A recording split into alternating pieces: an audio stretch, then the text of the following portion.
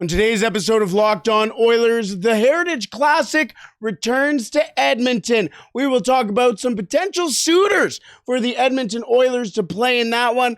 Plus, there's some rumors going around the Edmonton Oilers and some defensemen. We will talk about that and much more on today's episode of Locked On Oilers. You're Locked On Oilers, your daily podcast on the Edmonton Oilers. Part of the Locked On Podcast Network, your team every day. Hello and welcome back to Locked On Oilers podcast.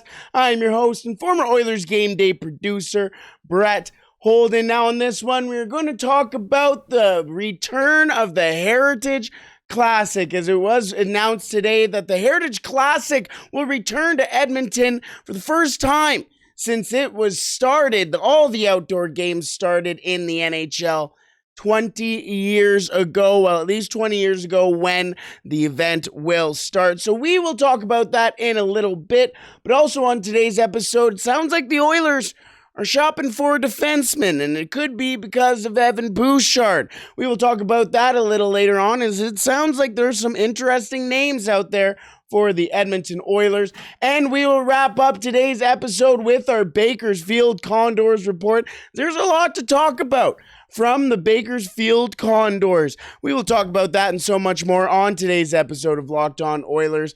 Thank you so much for making Locked On Oilers your first listen every day. We are free and available wherever you find your podcast. Alrighty, let's get into the Heritage Classic, as it has been announced that the Edmonton Oilers in the city of Edmonton will be hosting the 2023 Heritage Classic for the first time since the idea was conceptualized by the Edmonton Oilers back in 2003. I remember exactly where I was during that day. My father went with my godfather and watched the game, and I believe it was feeling like minus 50 weather, at least. I was with my grandfather, wasn't old enough, but still watched the game. Either way, the Edmonton Oilers took on the Montreal Canadiens back then, and it sounded like the idea was, well, a little half-baked at the time, or at least not fully finished. At least not what the idea was for LaForge and the Edmonton Oilers, as they initially had this Heritage Classic game, at least with the idea of it being an alumni game. Then as they continued to bring their minds together, and they decided, why not? Let's just have it as the first outdoor game in the NHL. And as you know, the rest is history. Ever since then, we have had at least one outdoor game in the NHL. It wasn't 2004 was the lockout, or 04, 05, or whatever that was. And then we continued on with, I believe the next one was 2008 or 2007. But either way, in October of 2023, NHL hockey will return to Commonwealth Stadium. Yes, isn't that shocking to say? Either way, it sounds like they were trying to figure out when to do this game. It sounded like, actually, the Edmonton Elks had the Commonwealth. Well, if you know Edmonton, you know the Elks will have Commonwealth. But they do have some weekends booked up for the West Final. We all know the Elks aren't making it there if you follow the Elks. But either way, it's nice to hope. But this is why we are getting it in October. Now, the other thing about October, if you were in Edmonton in October, for a very long time in October, it was quite warm. So a little, well, warm in regards to Edmonton. So it'll be interesting to see how the ice kind of figures itself out for Edmonton. And it'll be just nice to see outdoor hockey back in Edmonton. Now, a couple of things to still hash out is, we don't know who the Edmonton Oilers will be playing in this outdoor game yet. However, LaForge said that once LaForge was the team president, if I'm not mistaken, at the time of the first Heritage Classic. And he said the team or the people or whoever got the short end of the stick was the Calgary Flames, because it seemed like it was natural that the Calgary Flames should be the first team the Edmonton Oilers face in an outdoor game. However, if you do recall, it was the Edmonton Oilers versus the Montreal Canadiens. So, the Calgary Flames seem pretty upset. Either way, the Flames ended up getting an outdoor game. So, wow, oh, wow. But it seems like the favorites right now for this game is the Calgary Flames, which would make up probably for only 3 games this year of the Battle of Alberta after we finally got a playoff series between the Edmonton Oilers and the Calgary Flames. I don't know if you ever heard of the Battle of Alberta, but that seems like the favorite right now for the Heritage Classic.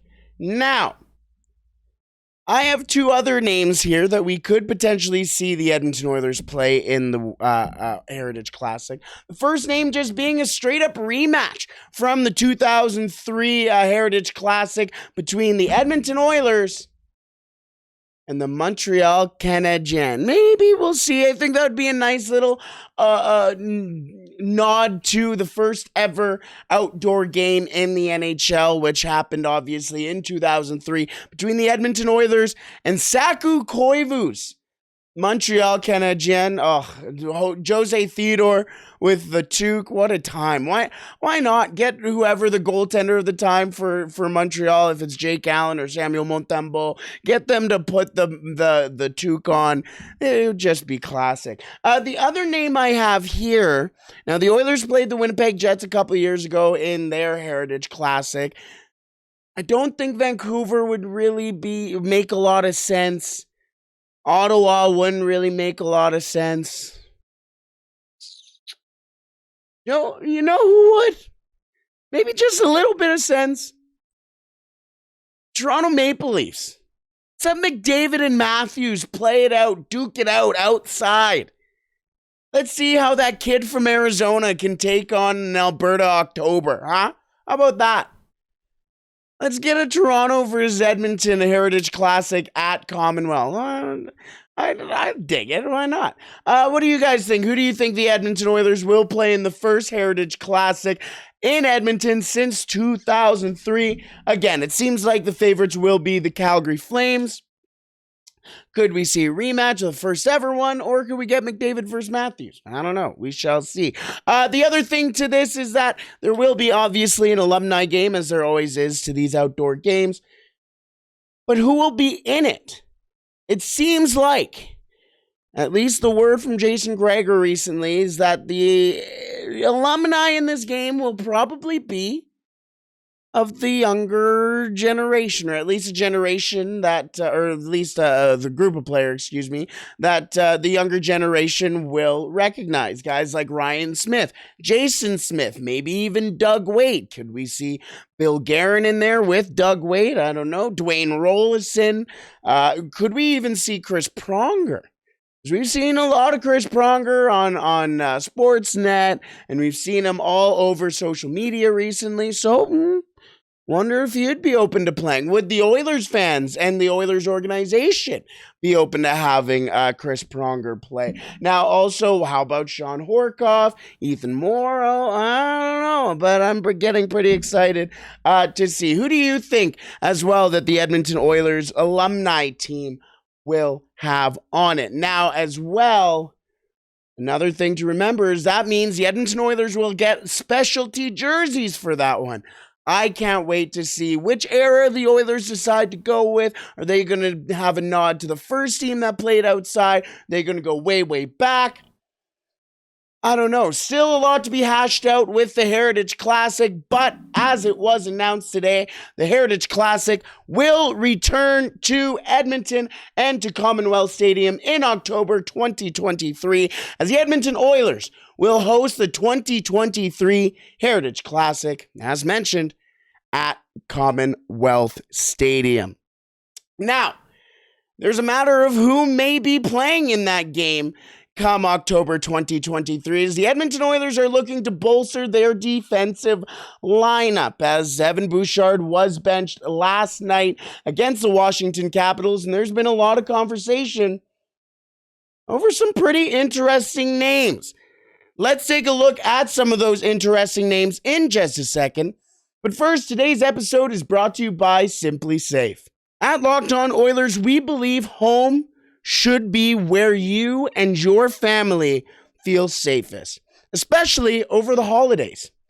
This season, give yourself and your family the gift of peace and protection with the #1 rated home security system, SimpliSafe. And right now, SimpliSafe is offering Locked On Oilers listeners 40% off of a new security system.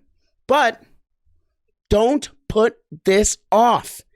In an emergency, 24/7 professional monitoring agents use Fast Protect technology exclusively from SimpliSafe to capture critical evidence and verify if a threat is real, so you can get higher priority police response.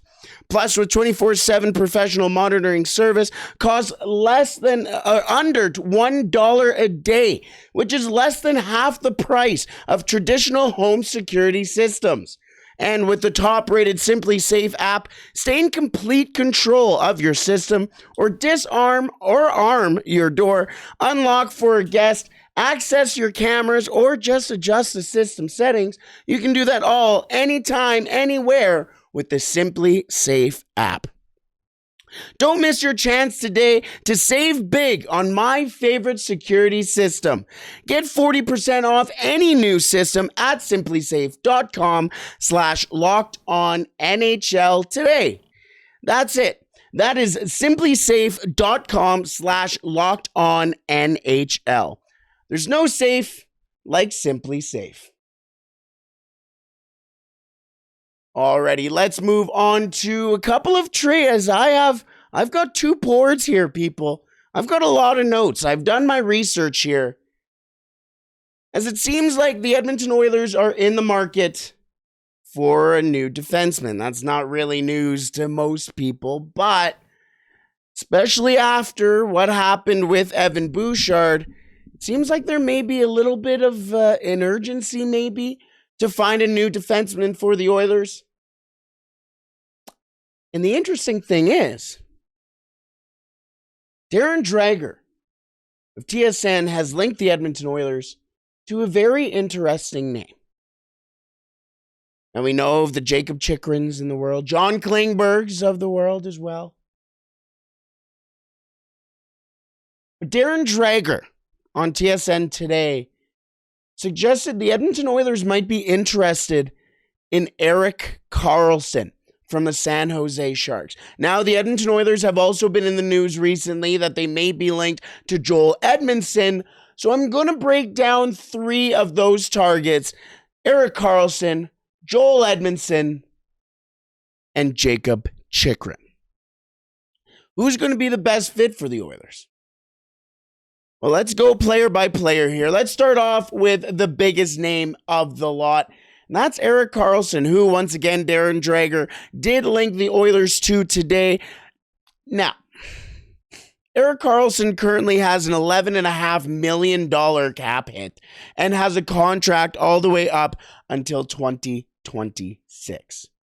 Now, what's obvious about Erik Karlsson is that, well, A, he's injury prone, B, he's 32 years old, and C, as that contract expires, he's going to be, almost 40. Sorry? Almost 40? Erik Karlsson this year in 28 games has 11 goals, 23 assists, 34 points, which is actually a point less than what he accumulated all of last season with the San Jose Sharks in 50 games. In 50 games last year, 10 goals, 25 assists, 35 points. Erik Karlsson has not been producing the way that he used to be, and B, producing at the clip that the San Jose Sharks traded their basically entire future for. Erik Karlsson's career high in points came in 2015-2016, where he played all 82 games in that season. 16 goals, 66 assists, good for 82 points, a point per game player. In 2014-2015, or in 2015-2016, excuse me. Now, I mentioned 2014-2015 because in that year, he scored 21 goals, which was his career high. Now, again, if you've been listening to this show for a little while, you know I'm not exactly a math guy. But 2014-2015 and 2015-2016 were a long time ago when we talk about hockey players. Can Erik Karlsson help? Yeah, for sure. He is a top-end defenseman. But are you willing to pay $11.5 million until 2026, 2027 for an aging Erik Karlsson? Now, the thing is, if you do trade for Erik Karlsson, A, there's going to have to be salary retained, and B, also a contract going the other way. So Puljujärvi, Yamamoto, a Fogle, a Barry, whatever that may be. But C, there could be a third team that needs to get involved to eat even more of that contract. Then the Edmonton Oilers would have to trade with that team to then take on the contract and trade a prospect or a player or a pick or whatever that is to then get Erik Karlsson. So the Edmonton Oilers aren't only trading with the San Jose Sharks, they're then trading with this third team. So there's an issue there. Let's move on to Jakob Chychrun, who's coming off of a tough injury. He has now, as it was reported on a recent broadcast of the Arizona Coyotes, has changed his diet to one that includes eating raw heart, I believe, like cow heart. Raw meat. Hey. Liver King can do it all natural, wink, wink, nod, nod, so can Jakob Chychrun. Either way, Jakob Chychrun's at a much easier price point for the Edmonton Oilers, and he has a modified no-trade clause that kicks in next year. Plus, they will also have him under their control until 2024-2026, and in 7 games this year, he has 3 goals, 3 assists, 6 points.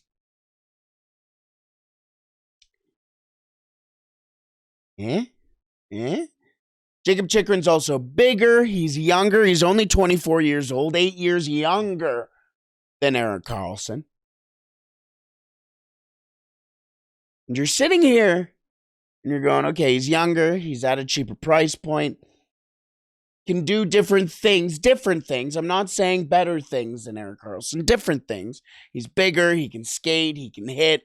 I mean, obviously, Erik Karlsson can hit, or skate, excuse me, but, you know, in his career, in 2020, 2021, his career high, in the shortened season, excuse me, in 56 games, Chychrun had 18 goals, 23 assists, and 41 points. He can produce offensively. He's very solid in his own end, which we will get to in a little bit. Right now, I'm kind of leaning towards Chychrun. Now, the third name on here, the Edmonton Oilers have been linked to for a little bit here.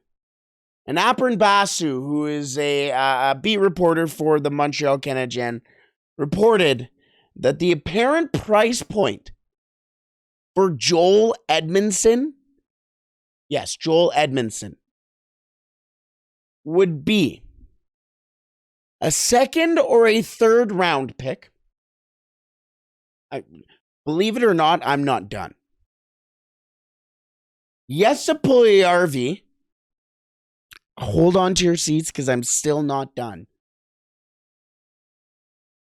And Xavier Bourgault, the Edmonton Oilers' first-round pick from 2022. From 2021, excuse me. quick note. The Edmonton Oilers are the only team in the NHL to have all 10 of their last 10 first-round picks still in their organization. Ryan Nugent-Hopkins is in there. Next was Darnell Nurse. Then Leon Draisaitl, Connor McDavid, who was 2016. Jesse Puljujärvi. 2017 was Kyler Yamamoto. Or is he 2018? He was 2018. Who was 2017? Yes. 2017 was Yamamoto.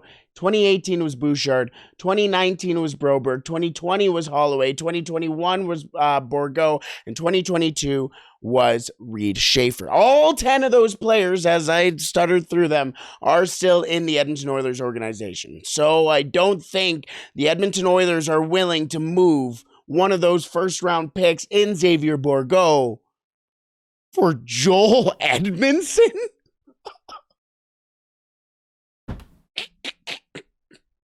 I'm sorry, but that is just outrageous. If that's what Basu or if that's what the Montreal Canadiens think they're going to get for Joel Edmondson, holy, the stuff in Quebec is strong. Holy! Where can we get that in Alberta? Now, this is why I react like this. In 15 games this year, Joel Edmondson, 1 goal, 1 assist, 2 points. His career high. Now, again, he's a defensive defenseman, fair enough. But his career high, 68 games, 7 goals, 13 assists, good for 20 points. 20 points. Chychrun had 23 assists in 2020-2021 and 66 assists for Erik Karlsson. Erik Karlsson has 23 assists just this year. Joel Edmondson put up those numbers in 2019-2020 when he was with the Carolina Hurricanes. And the Edmonton Oilers would only have him until the end of 2023-2024. A year shorter than Jakob Chychrun, who is younger than Edmondson, and a decade shorter than what they would have with Erik Karlsson. Now, that was just one board. The other board tells you the advanced stats for these players and where they would sit on the Edmonton Oilers today.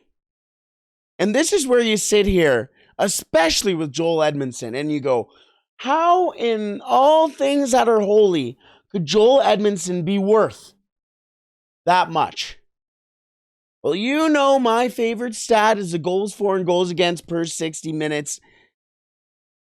In all situations, at 5-on-5, we're going to go into the power play and on the penalty kill.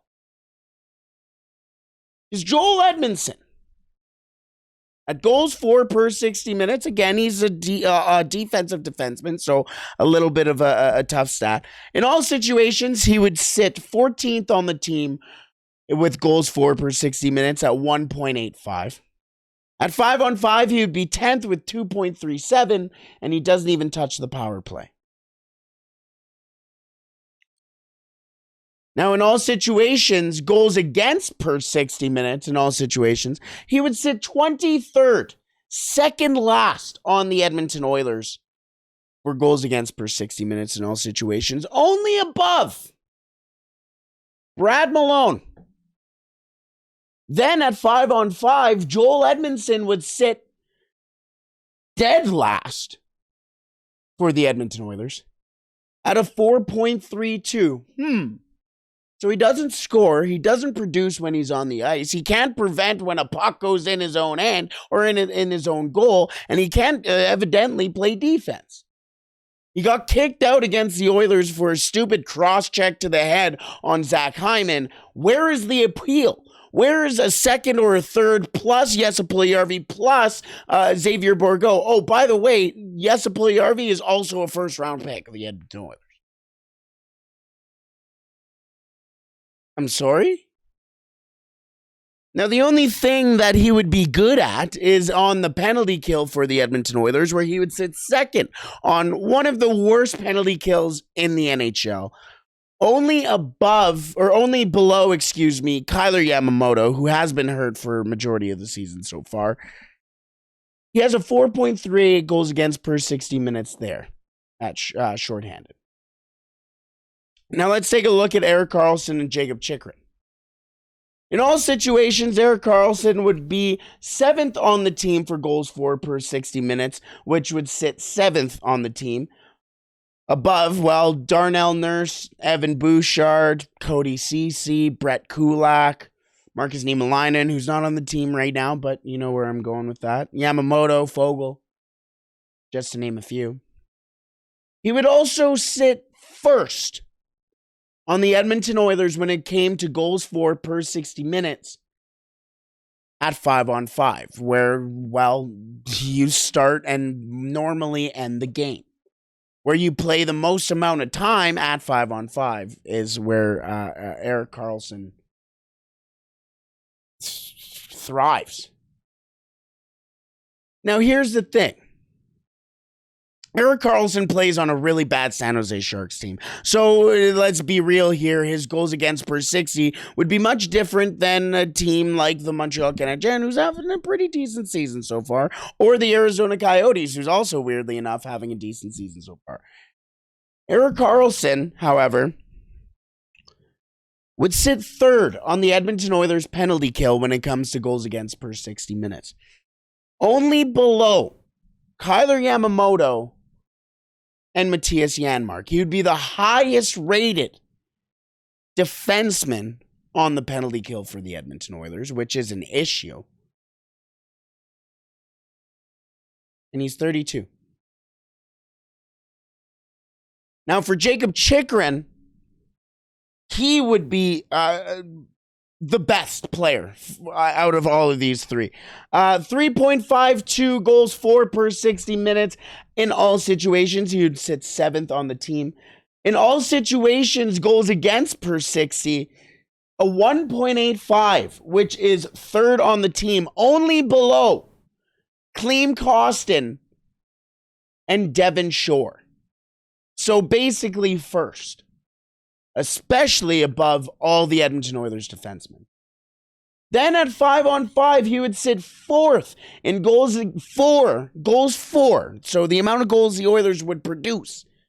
Goals for per 60 minutes at 5-on-5, he would sit 4th on the team with an even 3. And that is below Zach Hyman, Leon Draisaitl, and I believe that's Tyson Barrie.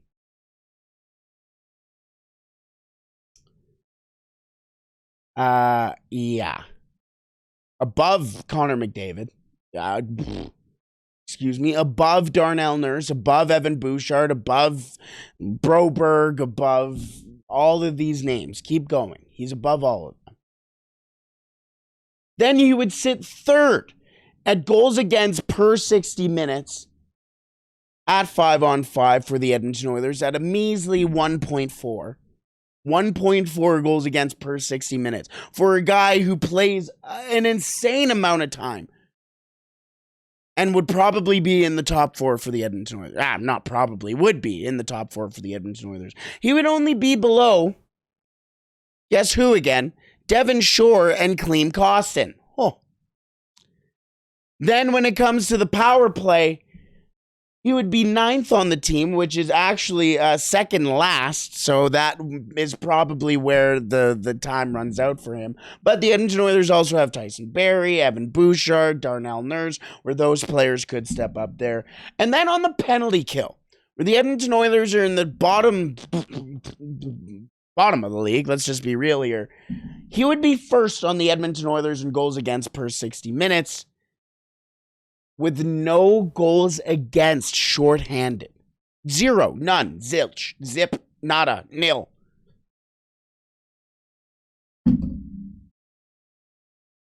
Now, yes, he's only played a certain amount of time because he was hurt and is just coming back, but that tells you something.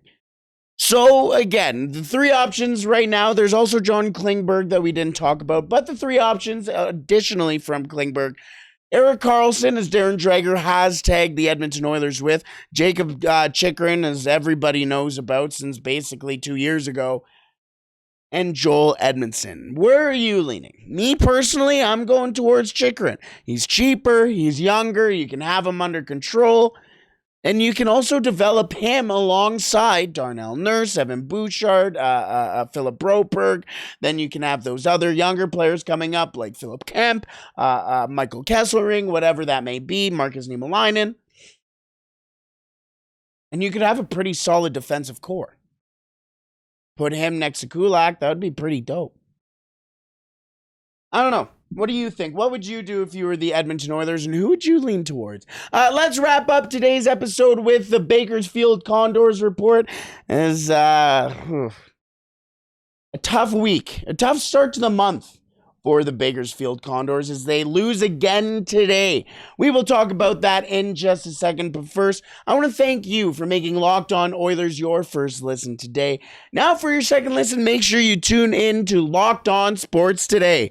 From the games that matter the most to the biggest stories in sports. Go beyond the scoreboard and behind the scenes with the local experts and insights only Locked On can provide. Locked On Sports Today, available on YouTube and wherever you find your podcasts. Alrighty, once again, let's wrap up today's episode with the Bakersfield Condors report. And this month, they're starting 0-3. Yeah. 0-3. As they started off on Saturday against the Colorado Eagles. And they lost 5-4. It was a close one. They came back and tied it again and won it, but they couldn't. As Seth Griffith got his fourth goal of the season to kickstart the Condors offense. Luke Esposito getting his 6th assist of the year. And Phil Kemp, you're going to hear a lot about this guy in this report, getting his 5th assist of the year. And Kemp wasn't done there. As Justin Bailey scored his 3rd goal as a Bakersfield Condor this year for the 2nd goal of the game for the Condors. As Rimsha, he's a new addition for the Bakersfield Condors as well, getting his 1st assist of the season on Bailey's goal. And Philip Kemp once again chipping in this one, his 6th of the year there. Then the Edmonton Oilers, there you go. Bakersfield Condors, kept chipping back against the Colorado Eagles as U of A alum Noah Philp got his 3rd goal of the year. Graham McPhee with his 4th assist on that one. And Jason Demers, his 7th of the season, getting the secondary assist in that one. And so close, but just that far away as the Bakersfield Condors get their 4th goal from Tyler Tullio, his 4th of the year, with Michael Kesselring getting his 3rd assist of the year as well. And Luke Esposito tying the knot on his 2nd point in that one, his 7th of the season. As mentioned, the Bakersfield Condors went on to lose that one 5-4, and they would play Colorado again today. However, in between those games, the Bakersfield Condors went to Ontario, California, to play the Ontario Reign. And that didn't go to plan as they lose 5-2 in that one. Xavier Bourgault scoring both goals in that game, his 6th and 7th of the year, his 6th and 7th of his professional career. And one of those was an absolute short-handed beauty from his own end. He ended up on a breakaway, beating the defenseman and scoring a beauty as mentioned. Both of those goals coming in the 3rd period for Bourgault in that one. And as mentioned, they played the Colorado Eagles once again today as it seemed like it was a student night for the Condors, their student day, basically, where the students were able to come and get a nice free game in for that one. But unfortunately for the students and for the Bakersfield Condors, the Condors would go on to lose this one. As Graham McPhee scoring his 1st goal of the season, they lose 2-1 in that one. Almost pulled it off, almost came back, but couldn't do it as the Colorado Eagles went on to take the lead only 19 seconds later. On that McPhee goal, Seth Griffith getting his 15th assist on the year, and Marcus Niemelainen with his second assist on the year. Now, let's take a look at the stats for the Condors. There's a lot of very interesting things going on down in Bakersfield right now. I'm just getting up this stat here from Olivier Rodrigue, as right now Olivier Rodrigue is the best young goalie in the AHL right now. This is from actually not a meme account, but Kyler Meme Amoto tweeted this out, but this is based on facts. He is now up to a .922 save percentage, which is good for 6th in the AHL. And nobody in the top 10 of the AHL is even close to as young as he is. Now, I know there's a lot of talk surrounding the defense or the goaltending, excuse me. Personally, I would leave it be, let him have a season, whatever. But that's good to know because Olivier Rodrigue has... a late bloomer is beyond the word I would use here. He was able to play. I believe he was on the Canadian World Juniors team a couple of years ago. He's 24 years old, so about 4 or 5 years ago. He didn't play too much, but I believe he was like the third string goalie in that one. Either way, let's check out the other stats as well for the skaters in this one. Seth Griffith leading all of Bakersfield Condors skaters in points with 19, as Michael Kesselring and Xavier Bourgault are tied for second with 11. James Hamblin, who's currently up with the big squad, is tied with Phil Kemp and Luke Esposito with 9 points there. Heading over to the goals, it is very surprising leader in this one, as Michael Kesselring still leading the Bakersfield Condors in goals this year with 8. Xavier Bourgault just trailing him, though, with 7 goals for himself. And then it kind of dips off a little bit as Seth Griffith and Tyler Tullio are tied with 4 for third. And James Hamblin and Phil Kemp, along with a couple others as well, are tied on 3. Then with the assist, Seth Griffith, this is where he picks up 15 assists on the year for Griffith, as he has 4 goals on the year as well. Luke Esposito, 7 assists for him. He had a very good camp as well. Not shocked that it was Hamblin getting the call up, but if we were to see another forward get called up, wouldn't be surprised if it was Esposito or Bourgault. That'd be pretty cool. Jason Demers also has 7 assists on the year. James Hamblin and Phil Kemp are tied with 6, which are actually tied for third right now. And Xavier Bourgault with 4 assists on the year. Bakersfield Condors, hopefully they can start to pick it up a little bit here. But also a quick little note. Raphael Lavoie, was the Edmonton Oilers' second-round pick, and I believe it was 2019. That would have been the same year as Ilya Konovalov. But he was scratched for the second of 3 games, and I believe it was his second in a row that he was scratched for Bakersfield. A little concerning right now because, well, second-round pick. I'm not going to lie, when I was watching Lavoie play, did I say Xavier Bourgault or did I say Raphael Lavoie? Raphael Lavoie was the name I meant to say there. There goes my mind. The World Cup has been going on for 17 days. That's where I'm at. But either way, Raphael Lavoie has been riding pine is one way to put it, as he is knocked out of the I'm just trying to find this tweet once again here, but he was out for once again for the Bakersfield Condors. It's concerning because second round pick, I wasn't a big fan of his in his draft year because I wasn't sure how his game would translate to the pros, and right now that has truly been the big issue for Raphael Lavoie. Some people call him lazy.